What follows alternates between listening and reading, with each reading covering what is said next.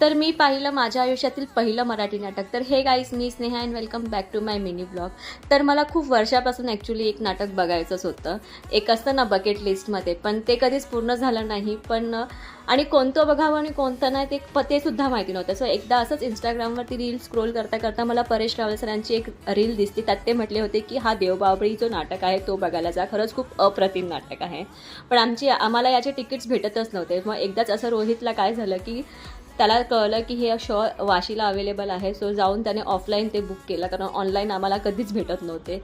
So finally tickets भेटले आणि आम्ही गेलो हे नाटक बघायला. आणि खरंच खूप सुंदर आणि अप्रतिम नाटक आहे. मला आधी वाटलेलं जस्ट म्युझिकल आहे, पण नाही, हे म्युझिकल प्लस ड्रामा आहे. आणि खरंच खूप सुंदर रचना आहे त्या नाटकाची. ज्यांनी कोणी नसे बघितली प्लीज जाऊन बघा. आणि येस, याचा फुल ब्लॉगसुद्धा आउट झालेला आहे माझ्या यूट्यूब चॅनलवरती, प्लीज जाऊन बघा. आणि जे कोणी इंस्टाग्राम थ्रू बघत असतील, लिंक डिस्क्रिप्शन बॉक्समध्ये देईनच, नक्की जाऊन बघा. आजच्यासाठी एवढंच. Okay, bye.